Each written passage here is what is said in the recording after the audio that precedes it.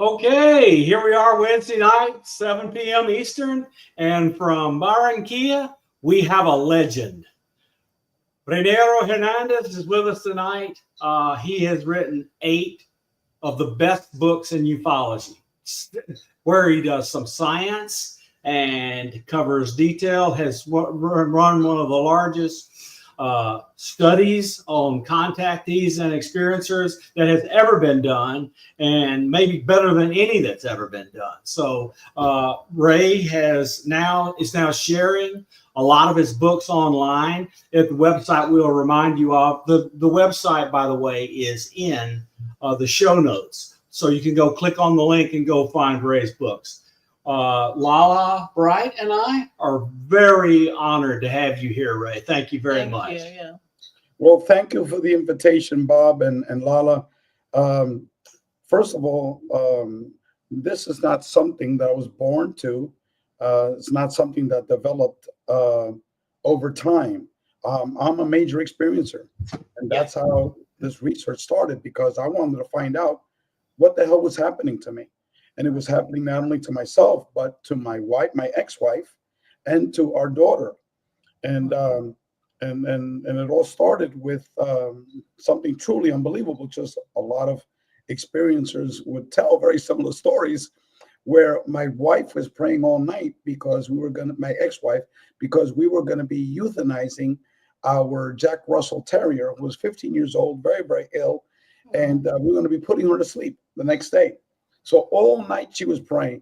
And me being a good atheist that I was back then, I said, do all the praying you want. Tomorrow we're going to put her to sleep. And so she stayed up all night praying. And lo and behold, at 6 a.m, my ex-wife and I had a joint experience with an energy being in our living room that made her disappear. The dog disappeared with her. Then all of a sudden, my whole mind was totally captivated by this energy being. Wow. I looked at it and I stared at it, and I was like maybe 5 feet away from it. So I waved my hand at it and I said, oh, this is bullshit. This is what you got me up for this crap. I'm going back to sleep. That's not normal. So I turned around, walked back up the stairs. I waved my hand at the energy being. And then when I woke up an hour later, I now was fully conscious, and I ran down the stairs, and boom, my ex-wife reappeared again. The dog was running around the entire living room like a little puppy, and I was like, holy, you know what? and it took me like a minute to compose myself. Okay, a very long time to compose myself. And my wife was just picking up the dog, hugging the dog, putting her down. Hallelujah, hallelujah. The angels cured her. The angels cured her. And I was just freaking out, you know. It was like an atomic bomb blew up in my brain, you know. And then we both shared our experiences. She saw something different. I saw something different. She didn't know that she was gone for an hour. Later on, when we called MUFON, because we both started calling UFOs, and they would appear within 15 minutes. Then they said what your wife had was missing time. Okay. I had no idea what missing time was. I never had any paranormal experiences, no interest in it. And so then my wife continued to go outside and pray to her angels. Okay. And what would appear were not angels, they were UFOs would appear. And so that was continuous for 3 months. And so I said, finally, let me go out there and let me call down, the intelligence that interacting with her. And within 15 minutes, this huge, gigantic object, the size of a football field, was right on top of me. And it wasn't a physical object. It was comprised of hundreds of oblong streaks of light that formed like a shell. Like if you picture a huge dinosaur, it was the whole shell of it. And inside it was all this white plasma swirling. But it was huge. It was like a football field in dimension. And it was literally on the bottom of it. You can get a rock and hit the bottom part of this object. And then my friends, I heard a voice, Daddy, you and Mommy have seen UFOs. Next time you see a UFO, you call me, Daddy. Don't forget. So I turned around. I thought my daughter was outside with me. She wasn't there. My very first telepathic message I've never received one. And Wow. me, it was like information going into my mind, but it wasn't a voice, but it was sounding just like my daughter. And then I turned around and she wasn't there. So I immediately went to the window and I'm yelling at her to come down. So she comes down. And so she and I are watching this. And then my friend, I was going to do a motion for his parking tickets. He had like 20 parking tickets. He never paid it. So I was going to do a motion to consolidate because I'm an attorney. Everyone comes to me, and the attorney in the family, And so I needed the parking ticket. So he called me, Ray, I got the tickets. Okay, I'll wait for you outside. And so he was like, late. He didn't show up. And I was killing time. I didn't intend to call down a UFO. I was just killing time. I said, what the hell? My wife is calling down these UFOs. I've seen this guy the day before named Prophet Yahweh speaking in Hebrew, and these UFOs would appear. He's got a little camcorder. I said, what the hell? Let me give it a try. But over time, it lasted 15 minutes with my mind calling them down. And then at the end of the 15 minutes, I was like, I'm going crazy, man, with this UFO stuff, calling down a UFO. I'm going nuts, So as soon as I had that, I look up and this huge object. It's huge, okay? In my book, where I talk about all of my experiences, which is available for free, is titled A Greater Reality, One Man's Journey of Discovery. And there I have graphic drawings of the UFOs that I've called down. And then all of a sudden, my friend comes with the parking tickets. He comes with his wife and their 17-year-old daughter. And they immediately leave the car right in the middle of the cul-de-sac, and they run to us. Ray, what the hell is that? What the hell is that? I said, you know damn well what it is. And they said, it can't be, it can't be. And so they began explaining it away. And so after like 2 minutes, I just busted out laughing. I didn't tell them that I called it down. That's too much for them to handle. But with my mind, I communicated to the intelligence behind the UFO. I said, you better come up with something better than this bullshit, because my friends don't believe you. Okay? Immediately, what I just described to you was disappeared. And now what replaced it were these 50 huge orbs the size of a Volkswagen Beetle. And wow. All were blinking on and off, on and off, on and off, on and off. And they would take turns one at a time, powering up and then powering down. And then another one would power up and power down, then another one. And all the other ones were blinking on and off, on and off. So my friend stopped explaining, because you can't explain that. And it was upon analyzing that particular experience, I realized that what is presented on Netflix and YouTube and all that stuff about the UFO phenomenon is completely, completely different from what happened to me. What I realized was that these are holographic projections. Because here I said, you better come up with some better bullshit than this. And what I was watching was totally deleted, and a new object was presented in front of me. And on that topic, Dr. Joseph Burks, which I don't know if you've interviewed him before, he's a retired medical doctor. Oh, yeah. He's been calling down UFOs since 1992. He told me about experience he had back in the early 90s, where this World War I wooden plane painted in bright red, okay, had even a lightning insignia in yellow, with one itty bitty wing. It was tiny. Normally those old planes had 3 levels of wings. These had one. It was tiny. Didn't have a pilot. Okay, no pilot. So he said, this can't be real. This thing can't fly because it's got little tiny wings. And it was like a helicopter going very slow, like at 60 miles an hour, his speed in the car. So he realized that this was a holographic projection because this thing cannot fly. And so we were comparing notes, and I said, holy cow, Joe, I reached the same conclusion as well, based upon my personal experiences, like the one I just told you. And so, and then I realized also that the UFO intelligence has the ability to download telepathic messages. I never spoke to my daughter about UFOs. Okay, it said, Daddy, you and Mommy have seen UFOs. This is the first UFO I ever called down. So they were able to reimplant my daughter's voice into a new oration and beam it down to me in a telepathic message. I mean, just think of that. Just think of how complex that is, okay? And then I'm skipping a whole bunch of stuff with that first experience. And then the way they got us to leave was I felt like hundreds of mosquitoes were attacking me. I was slapping my arms, slapping my legs, and I couldn't see the mosquitoes, but I sensed the bites, and I was slapping myself, right? So after like a minute or 2 minutes, I couldn't take it anymore. So I grabbed my daughter. I said, come on, Shkari, let's go inside. These mosquitoes are killing me, okay? So we go upstairs, and so I'm telling her mother what had happened. And she was like dazed out, like they did something to her. She was like, oh, how nice. So maybe it was like a 6-month checkup, on the dog and my ex-wife. And so I'm telling her about the mosquitoes, the last part of it.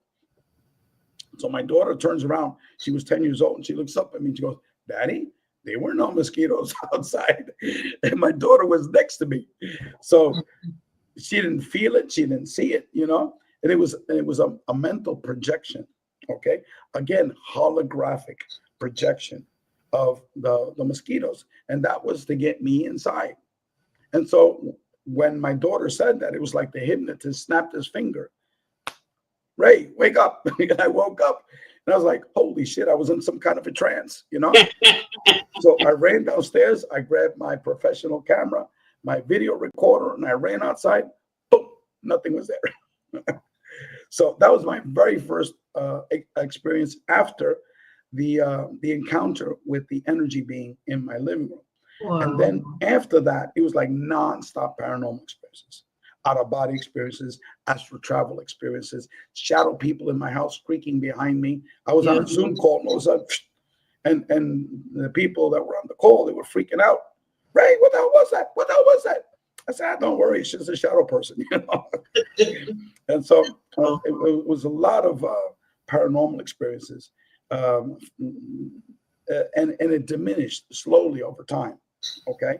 And precognitive events. Oh my goodness, I knew things that were going to happen in the future, like one after another. And then synchronicities. Synchronicity is not even a word. These are orchestrated events, just like how they gave me spirituality was through a series of near-death experiences, 3 days in a row, Friday, Saturday, and Sunday. I don't know if we have time to go over that. It's a link. I'll do it very, very quickly. Okay, good. I want to get into the Beyond UFOs book, but here it was Ray Hernandez, complete atheist. Okay, I wanted to believe in God, but I was an atheist. And then what happened was I had been reading all these, and after that UFO, that evening when I went to the computer, I was typing in, paranormal, UFO and stuff like that. And I was watching different videos. And because this wasn't just straight UFOs, this was all paranormal stuff associated with it in that very first meeting, telepathic communication, etc. And so, I don't know, maybe at 2 a.m, a video of near-death experiences popped up. And I never knew about NDEs, okay? So I was listening to the testimony, and I was like, holy cow, And I listened to another one, then another. The whole night I spent listening to testimonies of NDE experiencers, okay? So then that morning, I went to Amazon, and I ordered like 20 used books, okay? And I began 4 hours a day reading these used books every day. Then it was 6 hours a day. Then it was 8 hours a day. Then 10 hours a day. Eventually, after 4 months, I became an NDE expert. I had read over 400 books, peer-reviewed academic research studies, and most of those people are my friends, these academic researchers. They wrote chapters for our books. John Carpenter? No, I don't know who he is. Okay, got it. He wrote about NDEs. Very nice book. Okay. The people that wrote chapters for our book are Raymond Moody, Dr. Bruce Grayson, and both of them started the International Association of Near-Death Studies with Kenneth Ring. And Kenneth Ring was my mentor as we were writing the Beyond UFOs book, because he did one of the few statistical research studies. We compared 85 NDE experiences with 85 UFO contact experiences. And he looked at how they changed over time. And his finding was they changed exactly the same way. which is not what you expect. So I would encourage you to get that book. It's used, it's on Amazon. It's titled The Omega Project by Dr. Kenneth Ring, R-I-N-G. And so anyway, getting back, Dr. Jeffrey Long, medical doctor, he's written 3 books on NDEs. He's one of our co-editors for the Greater Reality book series. And he's one of the world's leading authorities. Eben Alexander, the Harvard brain surgeon, professor of brain surgery, wrote a chapter for a book, a friend of mine. But anyway, I don't know how. Oh, and then I became. He helped my daughter with her residency in neurology at Harvard. Oh, wow. Congratulations. Thanks. Congratulations. Very, very dear man, sweetheart. And so, so here I was reading all the NDE books at the very end of 4 months. It was like 12 hours a day. I was doing this NDE work. Okay. Then all of a sudden, 3 days in a row, Friday, December 21st, 2012. I didn't know anything about the Mayan calendar, but that's supposedly the date of the Mayan calendar. Okay. Saturday, December 22nd, 2012. And Sunday, December 23rd, 2012. Those 3 days in a row, the very first 3 people ever mentioned NDEs to, all of them had it. And all of them told me their story. The first one on Friday, December 21st, 2012, was my daughter's pediatrician. Okay. She had said, well, she doesn't have a fever. I checked her ear, nose, and throat, and it's not red, it's not sore, because my daughter had a fever for 2 straight days. Okay. So we brought her to the doctor, and the doctor was from Colombia, where I'm living now. So we spoke in Spanish. And so all of a sudden, a robotic voice comes out of my mouth. Okay. It was crazy. Excuse me, doctor. Have you ever heard the term near-death experiences? I've just finished reading approximately 300 books on this topic. And many of those books were written by medical doctors such as yourself. So it's a phenomenon that you need to be aware of, right? And I was like, inside my head, I was like, what the hell is going on? Okay. I've got another person in my mind. I'm going schizophrenic, dual personality. I don't know what the hell was. Another person just came out. And so the doctor's eyeballs went like this, she popped out. And I said, excuse me, doctor, I'm sorry. I don't know why I said that. She goes, there's no need to apologize. How did you know I had one? And she goes out and tells me about her NDE. Wow. So that was a Friday. The next day, we were at a church social dinner, and there was an X-ray technician who his wife was a dear friend of my ex-wife. They were both raised in Mexico. So this guy was Cuban American like I was. Okay, we were born in Cuba. So I never met the man before. So we shook hands, we introduced each other, and for like maybe 2 minutes. Excuse me, Max. Have you ever heard the term near-death experiences? I've just finished reading approximately 300 books on this topic, blah, blah, the same verbatim stuff. And I said, Monday morning, I'm going to find the shrink because I'm going crazy. And I don't know why that was happening. And so Max said, and I apologized to Max. Sorry, Max, I don't know why I said that, man. Don't think I'm crazy. And he said, no, Ray. Last year, my mother died in my arms. And I was resuscitating her because he works in a hospital. He knows how to do, all resuscitation things. And he said that when we met his mother, which had been revived by the ambulance people in the hospital, she told him that she was above her body. She repeated everything that he told her. Wow. And she even described the 2 ambulance people. They came crashing through the door. A big, tall, heavy-set black man. He looked like a football player, and a short white woman with a blonde ponytail. But, Mom, how do you know? Those are the paramedics. I already told you, my son. I was above you floating, And then he told me the whole detail of her mother's NDE. So me being the good atheist that I am, I didn't make the connection. Okay.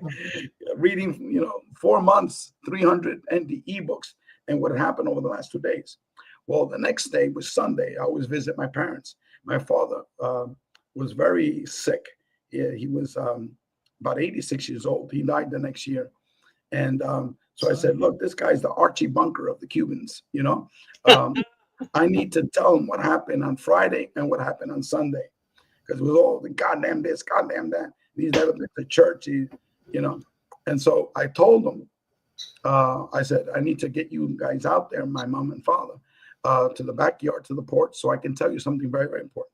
So we helped him get dressed. He was on his walker.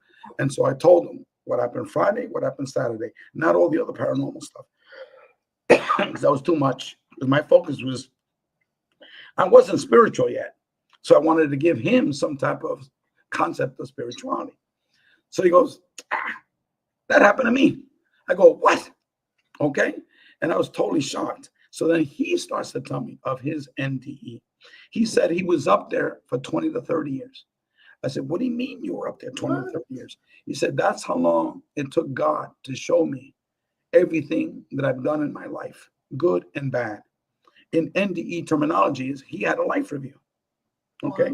Oh, yeah. Almost everybody that has had an NDE, they'll tell you time and space doesn't exist in that other dimension, other reality.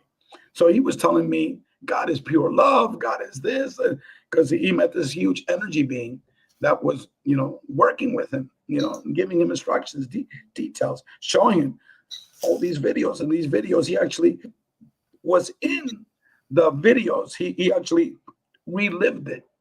And the other person that he had affected. So if he was cussing somebody out, cussing my mother out and whatever, he relived that not only in his mind, but in the mind of his mother. So he was telling me all of this.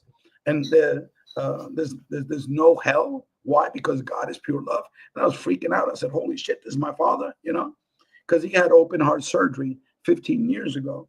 And he never talked about it, that he died in the operating table. So I'm driving on my way home. It was late at night. I put down my windows and I started looking at the few stars that were in Miami because it's a major city. And I said, and I spoke to God for the first time ever in my life. I said, God, I want to thank you because in a 4-month period, you managed to totally transform an atheist, a materialist, into someone that I don't have a belief. I know that I'm an eternal spiritual being. And I have that knowingness more than any Catholic priest in Miami. And for that, I want to thank you. And so since then, I talk to God, frequently. Yeah. And I consider myself very spiritual. Okay, so we can't let you get away today on your first excursion here without telling our audience just a bit of the history of you and Free and Edgar Mitchell and all that, how all of that came together. Okay. I mean, we're talking about another crazy story. I mean, this I'm sure of that. Series of orchestrated events. Okay. First of all, people have to understand, I went to University of California, Berkeley for a PhD. And when I went to Berkeley in the early 80s, that was one of the top 3 premier research institutions in the United States. There was Stanford, there was Harvard, and the University of Chicago for some things, but MIT for a couple of other things. But Berkeley was up there in at least the top 5. And so I got through. I went to Cornell for a master's, and that was urban planning. Okay, and so Berkeley was very selective. They only admit every year 6 PhD students. Okay, and they had to admit me because I was a straight A student from college. Okay, straight A's. Okay, occasional A- here and there. Okay, and I could easily write papers. I would write a 50-page paper in one night. Okay, so I have that gift. Okay, and so I did all of my coursework, my dissertation prospectus, and you know what that is, okay, which is presented to 3 professors. They reviewed it, they scrutinized it, they approved it. So I was off to write my dissertation. And while I was writing my dissertation, my first wife had a brain aneurysm. She had lupus. She eventually died from lupus. But I had to quit writing my dissertation. I had 2 small children. Her mother just recently retired, and she worked in a factory, so her Social Security was minimal. And she had her 2 sisters. And so my wife was working for a law firm as a legal secretary. And then, so I had to quit that writing my dissertation. I had a part-time job at the New School for Social Research, which is a major academic research study in university in New York City. So I had to quit that, and I had to take on 2 full-time jobs. And I never got around to completing my dissertation. So people have to understand I have an academic mind. So now fast forward after that NDE experience, 5 months later. Okay, this is May. Okay, May, second week in May, I was driving my car to go to work. I was ready. Was an attorney. I worked for the IRS. I was an estate tax attorney, where I audited the estates of millionaires and billionaires. So this is a high-profile, pressurized job with very, very wealthy people, their heirs, and the opposing party on the other side were these huge law firms and these huge accounting firms. And so again, a very important job, very stressful. And so I did my job at home, but I had to go to work 1 day a week. So I was going to work 8:30 in the morning. All of a sudden, middle of a traffic jam, I'm listening to this public radio station, this interview of this guy. Guy had done liposuction, and he was doing art fat based upon the fat from his liposuction. I said, holy shit, this is super interesting. So I was paying attention. All of a sudden, I'm not in my car. I'm all night. Everything is all dark. Okay. That lasts for a certain period of time, maybe a minute or something like that. And I said, I'm dead. I died. Something happened. And then all of a sudden, I'm beginning to see images and videos and getting downloads. And what it was, I was inside a huge cart. If you think of a wheel, okay, this is the fulcrum of the wheel, and the wheel has different spokes, okay? Yep. And a similar drawing is in my book, The Mind of God. I don't know if you've had a chance to peek at it, but that's similar drawing. Now, inside each of the spokes was a video. And what it was a video of the different paranormal phenomena. In one was UFOs. Another one was near-death experiences. Another one was out-of-body experiences. Another one was astral travel experiences. And I was taught that those are two different phenomena. UFO phenomenon, hallucinogenic journeys, communication with the deceased and seeing the deceased, et cetera, et cetera, et cetera. And then came, at the same time, the different downloads, teaching me what each one was, okay? And that all of them are all one phenomenon, based upon consciousness, the nature of our greater reality. And the reason is because our greater reality is, for lack of a better word, primary. It's our real reality. Our physical reality is an illusion, okay? A temporary illusion, because we get reincarnated into this life and we perceive everything as physical, with our five senses. And then it taught me that that within this physical reality, we have the ability to get information from our greater reality. And Edgar Mitchell described that as non-local consciousness, like remote viewing. That's just one example, but there's tons of different examples.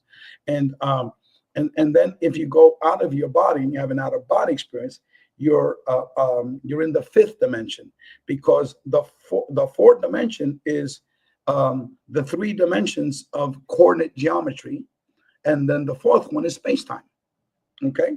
So what we perceive as physical is actually four dimensions, three dimensions of coordinate geometry and space-time. Now, if you go out of your body and you're looking at your body underneath you, and out-of-body experience, now that I labeled it like a fifth dimension. And they told me that you have the ability to go to different locations with your mind, just like remote viewing, okay? But people who have an out-of-body experience have the ability to go into other locations within that fifth dimension. Now, a lot of people that continue that practice, okay, they're able to have astral travel experiences. Some people have astral travel experiences without ever having an out-of-body experiences, okay? But astral experiences, you go beyond the fifth dimension. And there's tons of explanations of how many dimensions there are in astral travel experiences. So they didn't give those details. They just said that beyond that, there's a whole universe of infinite dimensions, And now they said beyond that, at the highest level, is when you as a human being, your soul and spirit travels. What travels, obviously, is not your human body, is your soul, your spirit, they said the energy of your life force. Okay. And they said that energy of the life force goes back to reattach to the mind of God. So the way they explained it was that God is this huge energy of information. Okay, that's everything. Everything is God. But then when you die, you go back and you merge back into God. Okay, there's a reattachment, and then for the NDE experience is the whole process of reattaching to God. And there's different layers of the NDE phenomenon. Okay, and in my book, I have several major experiencers. For example, Dr. Melinda Greer. She recently retired medical doctor. She wrote a book in volume 3, our very first of our experiencer chapters. And again, this is all free, folks. Go to our website, agreaterreality.com. And Melinda has seen 14 UFOs. She's had 3 Sasquatch experiences, 2 of them very up close and personal. One was all night with Sasquatch, totally freaked her out. She's had various out-of-body experience and astral travel experiences. She's had 2 NDEs. Her second NDE, when she was a medical doctor, that was super profound. She explained the whole process of reattaching back to God. And she mentioned that her life as Melinda Greer, all that information was absorbed, was by the Akashic records of the mind of God. And what remained was just the pure soul of who she is, the essence. I wouldn't say Melinda Greer because she has no knowledge of who Melinda Greer was, okay? Because that already left. It was uploaded. And then there she was with other like beings, and there were instantaneous communication back and forth. Like if you could think of a brain, the brain is made up of billions of neurons, okay? That's what God is. God is the entire brain. And we as a being, we're actually one of these little neurons, okay, that gets reattached back to God. And then the instant communication is because it's all one brain, it's all one. And that's why you have a lot of NDE experiencers say, I knew everything. I knew all of life's answers, and all of a sudden it was taken away. I can't remember it. But I knew that I was up there. I knew everything. Well, that's why, because we attached back to the mind of God. And that was infinite wisdom.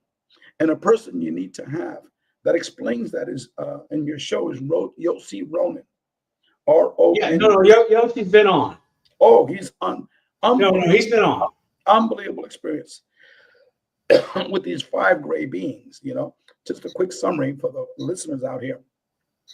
He said that these 5 grays were actually one mind, not 5 separate people, that they are multi-dimensional beings, that they're not from a physical planet, that they don't look like a gray being, that they could change to whatever appearance they want. Mm-hmm. But more importantly, they allowed Yossi to get into their consciousness, their knowledge, their wisdom. And he said it was like you having access to God.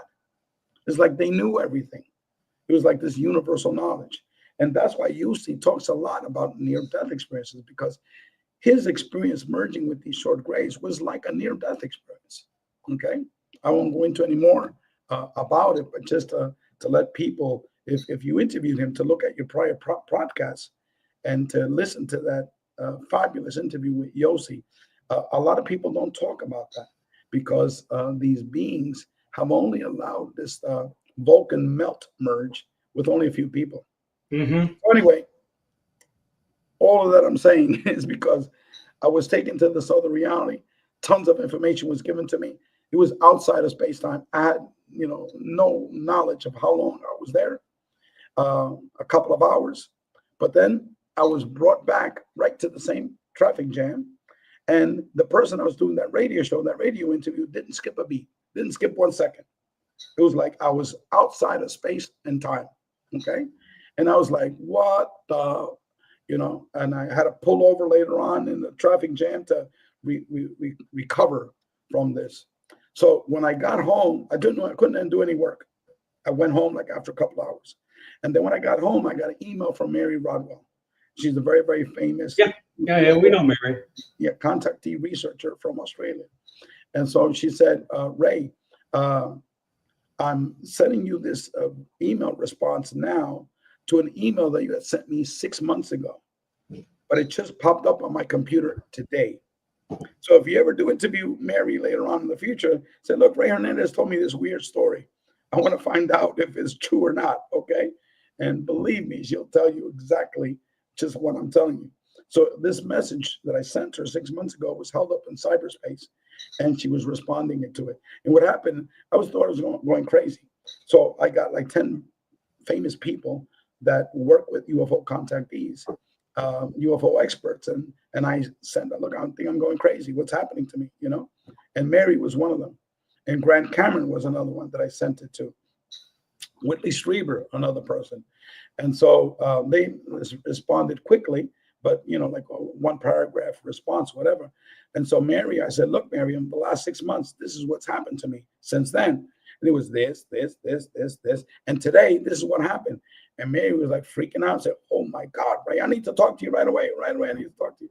So we wound up talking by Skype. It wasn't Zoom, Skype, and we spoke to like 1:30 in the morning. And I said, "Look, Mary, I gotta go to work the next day." And she said, "Okay, we'll continue talking, but I need to talk to you. I need to talk to you," because I was just popping her up with one crazy experience after another. So then the very next day at 9:30 in the morning, I got a phone call. "Hello, who's this?" "Dr. Rudy Shields." "Who?" I had no idea who he was. "This is an emeritus professor of astrophysics from Harvard University.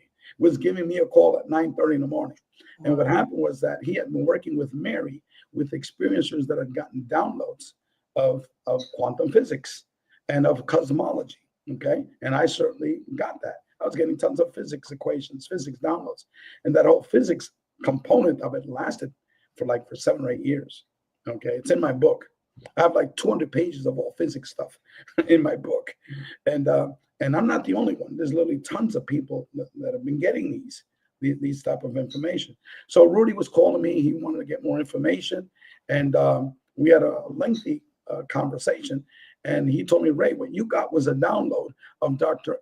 Edgar Mitchell's quantum hologram theory of consciousness, which is a physics-based theory of consciousness and non-locality." So he begins to explain it. And he said, "You got a download of all of that." And so at the end, he says, "Look, Ray, I want to work with you on the information that you were given," because I was given a mission. The mission that I was given is you need to explain to humanity the relationship between us, the spirit world, and consciousness. That was the mission. And after I returned back, I was like, what the hell are these things? What do they mean? What do they want me to do? And then Rudy said, "Look, this is an important mission that you were given." And I thought he was a whack job. He's a crazy man, But then later on, I realized this guy's a damn genius. So he said, "Ray, write down this telephone number," and he wrote it. And I said, "Well, what's this telephone number for?" He says, "This is the name of my mentor." So I said, "Well, who's your mentor?" He goes, "Dr. Edgar Mitchell." Because I was like, who could be this guy's mentor? This is a retired professor of astrophysics for 40 years at Harvard, And he's telling me Edgar Mitchell. So I was scared because I knew who Edgar Mitchell was, very, very famous man in numerous fields. The Institute of Noetic Sciences, he founded it, And so anyway, it was about 4 hours later, I gave him a call, like at 3 in the afternoon. And so he goes, "Oh, Rudy and I had a very lengthy conversation about what happened to you." He says, "What are you doing tomorrow?" I said, "Well, I'm going to work." He says, "Well, can you take the day off?" He says, "Rudy told me that you live in Miami. That's only a 90-minute drive up the Florida Turnpike to where I live." Okay, he lived in Lake Worth. And I said, he said, "Can you be here at 10 o'clock in the morning?" I said, "Sure, I'll take the day off." I was there the whole day with Edgar. And it was at the home of Edgar Mitchell that the Free Foundation began. Okay. And I had still no idea. Edgar said, "Don't worry, it'll come to you. It always works that way, like a sage." Well, 3 days later, Saturday morning, I woke up and I had all the details. It was like a blueprint. It was like a download that I had at night of what we were going to do. And here's the reasoning behind that.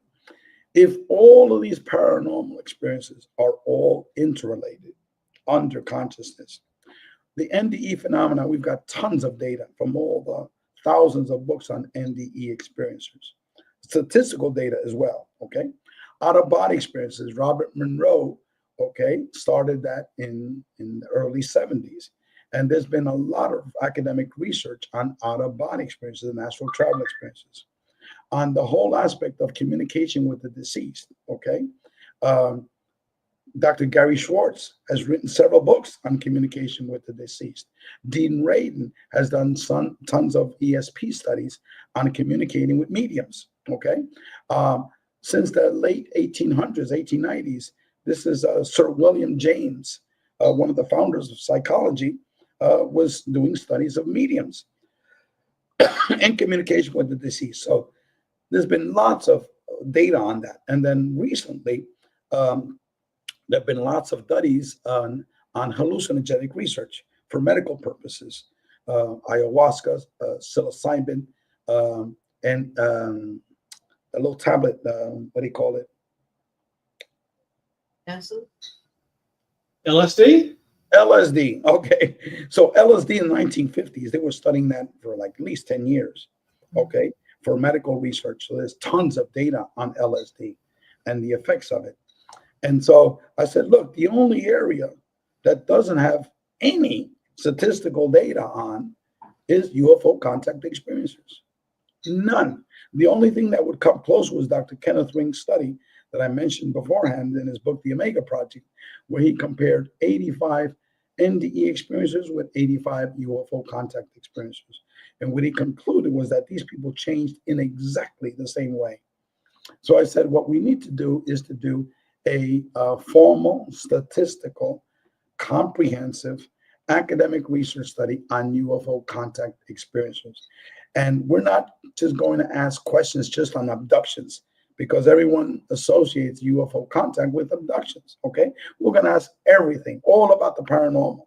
We're going to ask, we're going to get the survey that Dr. Kenneth Ring administered, except now it's 85 people, now it's thousands of people, and lots of different areas. So we came up with 3 surveys. 2 of them were quantitative. One quantitative for the listeners out there. These are 1, 2, and 3, or yes or no, those type of questions that you can quantify. And then we also had open-ended questions where we would give an open-ended questions to someone, and they would write out numerous pages about responding to that question. Well, guess what? We administered these 3 surveys for 5 years. We came up with 4, and just in the English language, we did that in various languages. The 2 biggest ones were Spanish and English. But for the English language survey, we came up with responses from 4,350 people from over 125 countries. So there's tons of people from all over the world. And we had 2 statisticians that were part of our research study. And we did all these type of statistical analysis to get at answers. And what we came up with was data that pretty much contradicts all of what is commonly known in the field of ufology. Okay. Well, we discovered that, yes, people saw, in order to take our survey, you have to have physically seen a UFO. Okay. And you've had to have some type of contact with a non-human intelligence. The contact could be a physical contact where you've seen a gray, you've seen a reptilian, or whatever, commonly called in psychology, but also the thousands of different types of other beings that people describe, or it could be telepathic communication. Okay.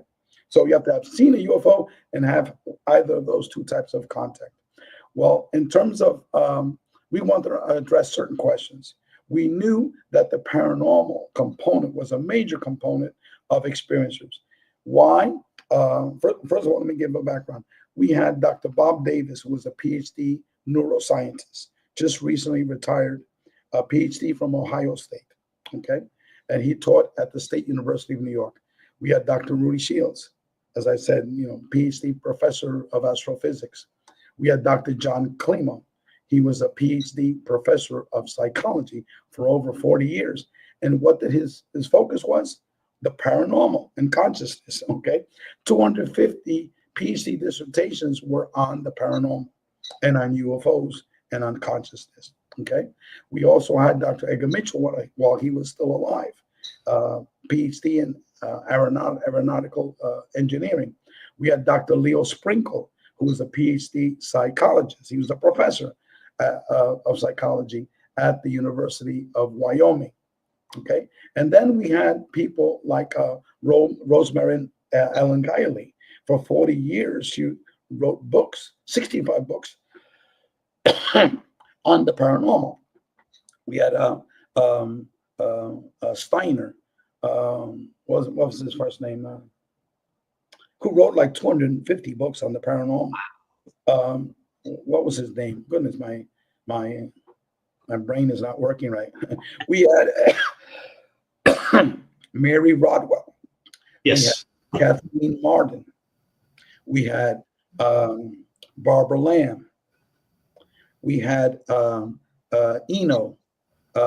John, I think it's the first name, John Eno. My goodness, my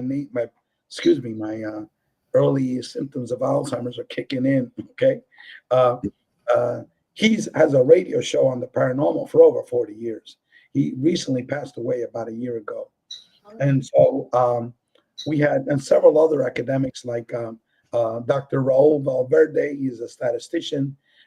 We had Dr. Claude Swanson, a PhD physicist, okay, from Princeton, got a PhD in Princeton. You can't get any higher than that. And so, and a couple of other people, PhD academics. So then we had the people that were scientists, the really true scientists, together with the people who had the boots on the ground. People have been researching UFO contactees for many, many, many years. So once the data was coming in, we realized, first of all, we want to find out whether these experiences were positive, negative, and neutral. So we asked 25 different questions, because depending how you ask a question, you'll get a different response. Well, we found out was that initially 37% viewed their experiences as negative, very frightening, 37%. But then many years later, when they were taking our surveys, it went down to 5%. Okay, overall. We still had people that were traumatized, but those are the 5% people. We even had questions about the abduction phenomenon. We had about 10 different questions about the abduction phenomenon. And what we realized from the vast majority of people was that the abduction was an out-of-body experience, okay? Not their physical body was taken, but it was their soul, their spirit was taken, okay?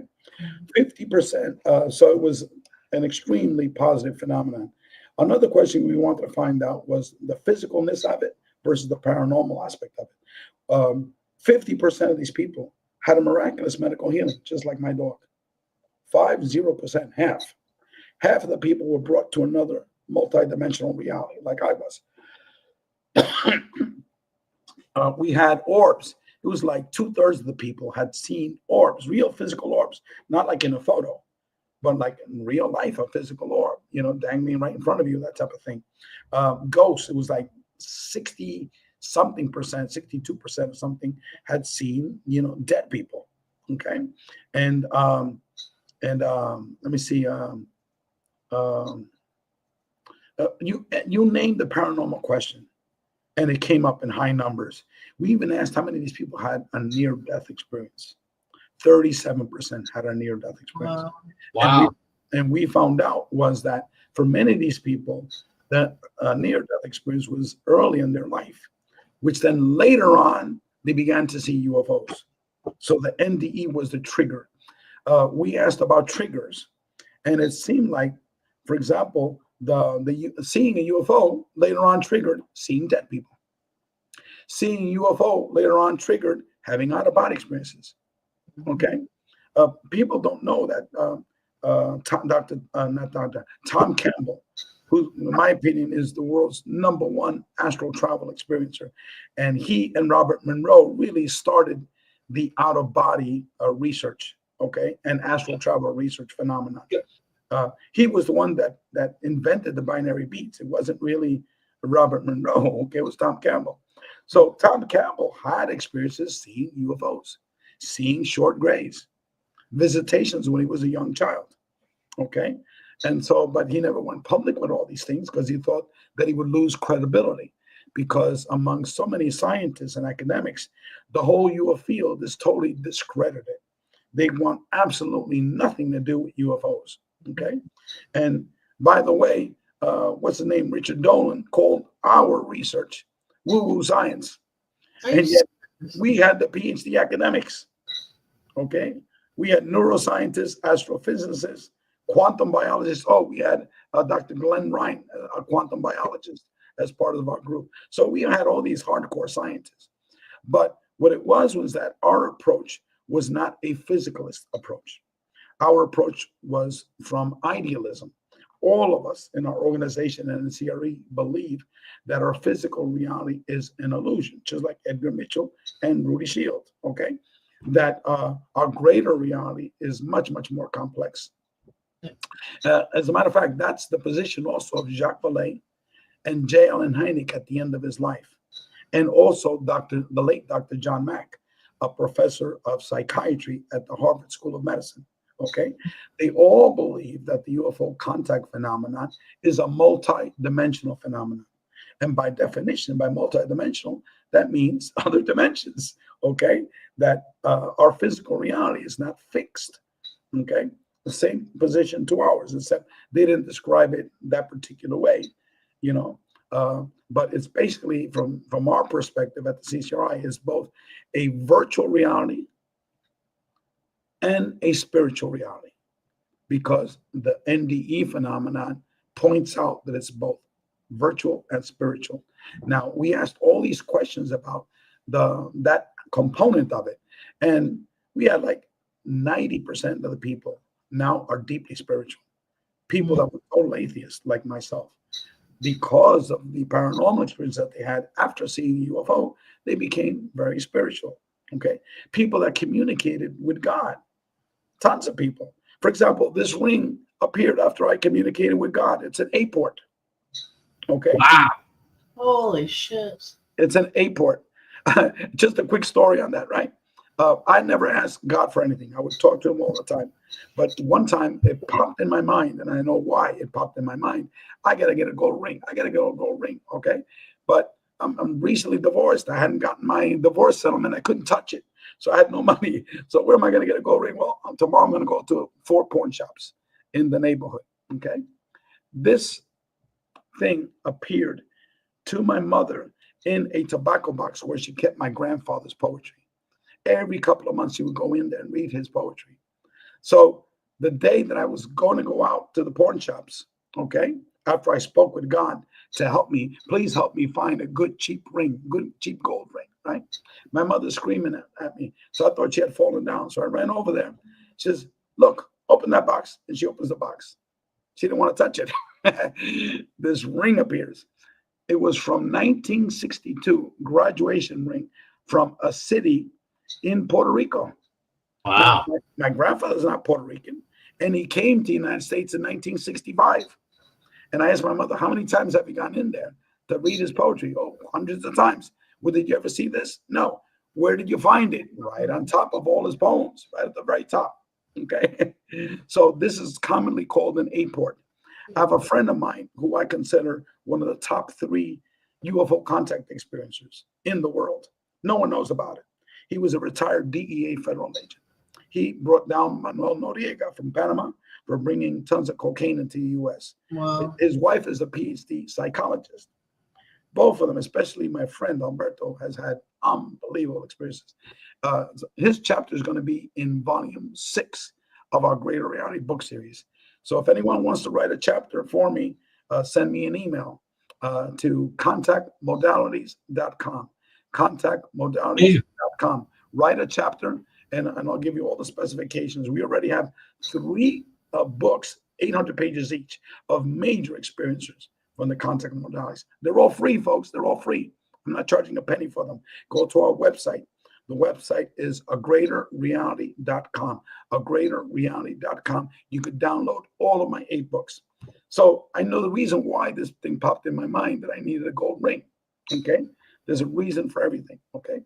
I had been here in Colombia for 2 years, dating all these beautiful ladies. But as soon as they heard my Spanish, they knew I was not Colombian. They assumed that I was from the United States, right? They said, oh, he's Puerto Rican or Cuban, because of the accents. You can tell. So immediately they was like, oh, Ray hit me up with $20. Ray hit me up with $30. It was like, so immediately I was like, bye-bye, next. So for 2 years, I was next. So I talked to God. I said, God, please, please, I want to find a loving woman that can live the rest of my life. I want to die in her arms. I have so much love to give. My prior relations were very, very, were not good ones, It was always fighting. And I want a loving human being to be my mate till I die. And can you please help me? Well, the very next day, I met this beautiful young lady, and I asked her in the supermarket. She was a cash register, and I said, "How old are you?" She goes, "I'm 23." Oh my God, that's the age of my daughter. I said, "You need to help me find an aunt, a cousin, a sister, somebody that I can meet. I just want to find a good woman. So later on that night, my current wife sends me a text message. Okay. Well, lo and behold, we've now been married for a year. No.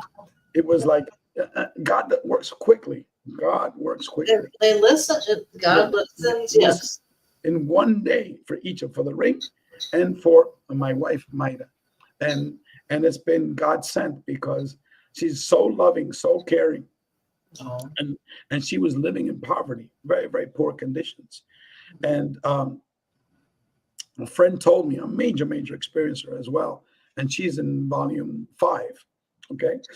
Her name is Zoli is her name. She said, "Look, Ray, God sent you on that mission to save her life and the life of her 2 children, because they were living in immense poverty. And now each of them has their own bedroom. They have a 4-bedroom house with 4 baths, in a middle-class neighborhood. And we only spend $500 a month, And so, and our relationship is unbelievable. And so I'm very, very happy. She's very, very happy. And so that was talking to God, that it works. It's very, very real.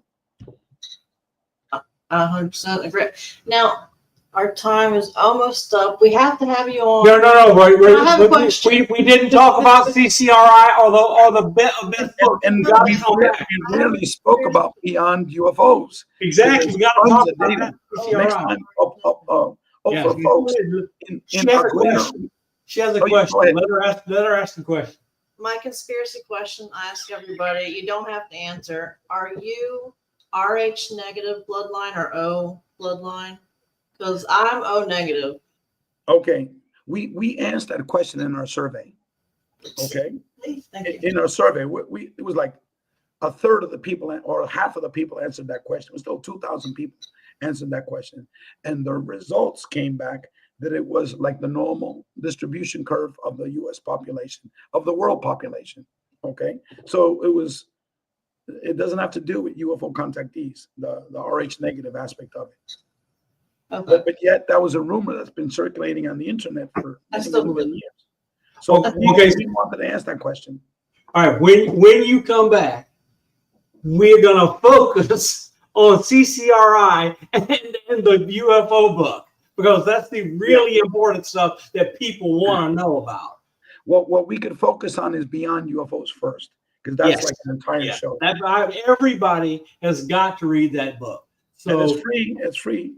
Yep, on thegreaterreality.com. So Ray, we have to end it, but don't go away. We're going to work out a time for you to come back so we can get on with the rest of it. We can link everything in the chat. Yeah, and we'll link everything in the chat and so forth. The greaterreality.com is already in the show notes. Also, there's a book that I wrote about my personal experiences, 400 pages, and I go into a lot of experiences there because I only touched on a few of them.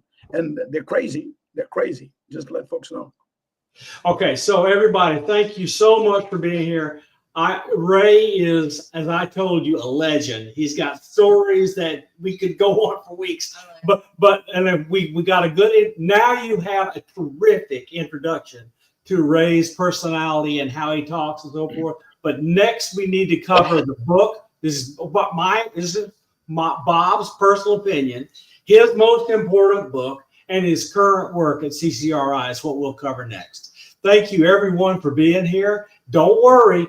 We will not fail to bring him back because he's got to come back. Thank you. Thank you.